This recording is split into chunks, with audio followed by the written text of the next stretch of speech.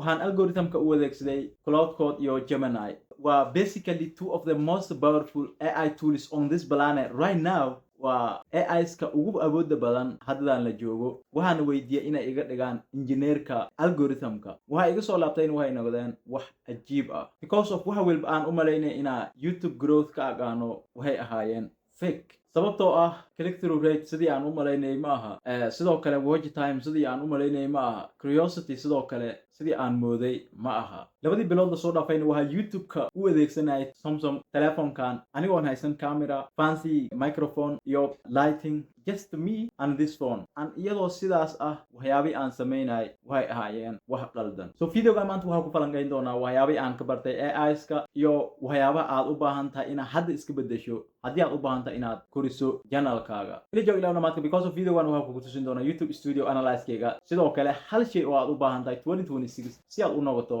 pro YouTuber. marka hore runta aan kuu sheego dhammaanteena waxaan wada saaranahay hal doon. waxaad daawataa dhammaan videoska ku jira YouTube oo ku saabsan YouTube growth, kadibna waad nood garaysataa. waxaana markasta dhigaha kusoo dhacaya advice ku saabsan YouTube growth over and over again. maalin kastana video ayaa soo dhigtaa. CTR-kaagana kama sareeyo 4-5 meelahaas. sidoo kale watch time warkiisaba iska daa. waxaana waqtiyo badan ku bixisaa sidii aad u samayn lahayd thumbnails qurux badan. waxaaba kaaga daran titleskii aan la kala dooran karin. waxaana ku laabataa analyze-kaaga kadibna viewskaaga ma dhaafsiisano 40-50 kadibna waxaa bilaabaysaa inaad dhahdo kaameradayda iga qaldan, maya waqtigaygaa soo dhiman, amaba channelkayga ayaa bilow ah. because su-aalahaas anaa isweydiin jiray xitaa markii aan 200 soo maraa YouTube-ka ka quustay. laakiin waxaan soo helay sirtii. horta marka runta ku sheego YouTube nafsadiisaba ma aha complete. anigana markii aan iska joojiyay inaan YouTube waxa weydiiyo ama tutorials ka daawado oo aan u guuray AI-ska inaan waxa ka barto ayaa everything isbedeleen.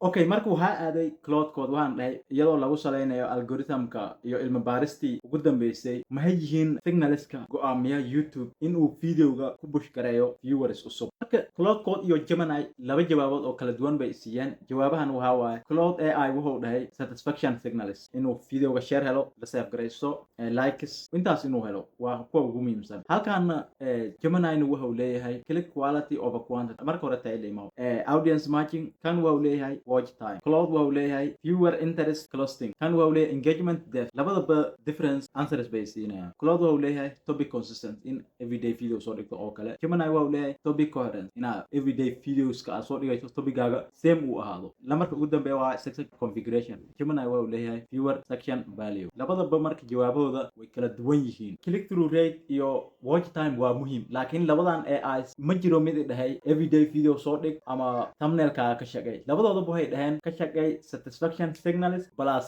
audience matching. taas waa isbedelka ugu weyn ee meeshan ka dhaw. marka YouTube tutorials aad daawanayso dhammaantood waxay ku dhahayaan thumbnail-kaaga ugu muhiimsan, watch time-ka laga raba. okay, hadda videogan fiiri waxa uu helay impressionskiisa waxa waaye 51.9 impressions. impression waxa waaye dadka thumbnail-kaaga arko waaye. click through rate-kiisana waxa waaye oo impressionskaas ka imaaday 5% click. views-kiisana waa 3.1% k waaye.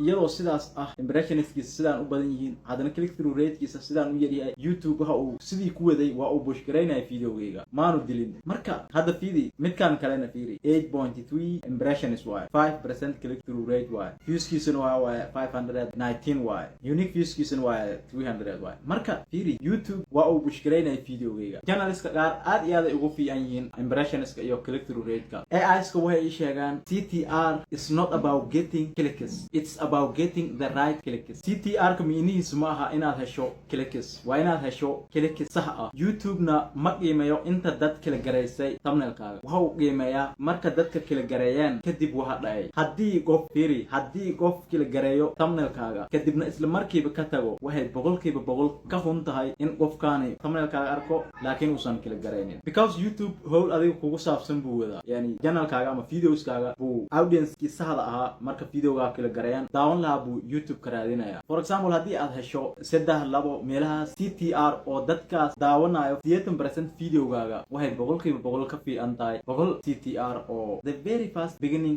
videoga ka tago way ka fiican tahay. CTR muhiim waay laakiin waxa lagu qiimeeyaa audience margin. Number 2, watch time is not the goal. Goalka loo socdo waa satisfaction waay. Laakiin markasta waxaan maqalnaa keep people watching as long as possible. AIs kan waxay sharxeen waxa sida dhabta ah algorithmka 2026 u keergareeya waxaana lagu magacaabaa satisfaction signals. Do they like your video? Do they save it? Do they share it? Do they go watch another video on your YouTube channel immediately after? Did they come back to YouTube the next day? Dadkan videogaaga ma like gareeyaan, sidoo kale ma save gareysteen, tan kale kadibna ma share gareeyaan, ama videogaaga markay daawadeen kadibna channelkaaga video kale ma ka daawadeen, tan kale ma soo laabteen maalinta dambe. So marka YouTube goalkiisa waan ogaanay waxa waaye to keep people on the platform, in dadka lagu hayo YouTube gudihiisa, ma aha in videogaaga keliya la daawado. So marka 6-minute video oo qof dhamaysto kadibna like gareeyo kadibna daawado videos laba ama hal ka mid ah channelkaaga ku dhex jiro waxay boqolkiiba ka fiican tahay 15-minute video ah oo 60% ka mid ah la daawado kadibna laga tago. Number 3, the real game is audience clustering. Ciyaarta dhabta ah waxay ka dhacaysaa audience clustering. Clustering waxa waaye miinaheedu waxa waaye koox dad ah oo gaar ah shay isku mid ahna jecel. Tan qof kuu sheegi doono ma lahan. YouTube algorithmka kuma bush gareeyo videogaaga qof waliba. Waxa uu ku bush gareeyaa koox gaar ah ama group khaas ah oo leh history waqti hore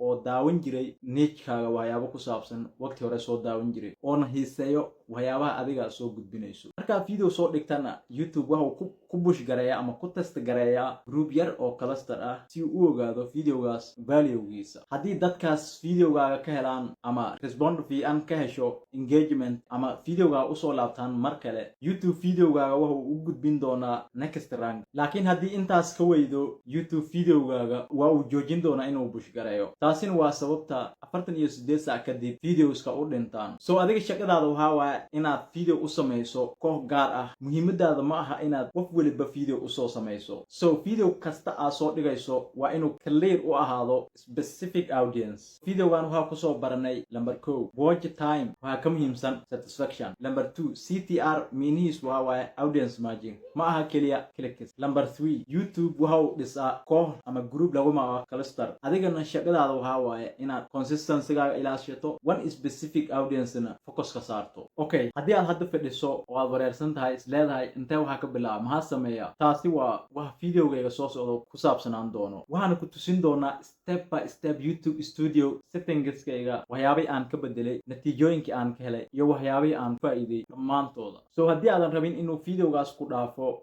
channelka soo subscribe garayso. Taasi waxay ka caawin doontaa inaad channelkaaga ka aragto isbedelo cusub. Commentigana waxaad iigu sheegi kartaa qaybtii ugu saamaynta badneed ama ugu muhiimsaneed videogan ku baratay. Anna waxaan akhrin doonaa dhammaan commentskaas because of waxaan ku jirnaa dhisida community. Haddii videogan waxa ka bedelay sidii aad u taqaanay algorithmka, commentiga noo balan ah. Subscribe-na waa noo muhiim because of waxa ku wajahanahay 1k subscribers. See you in the next video.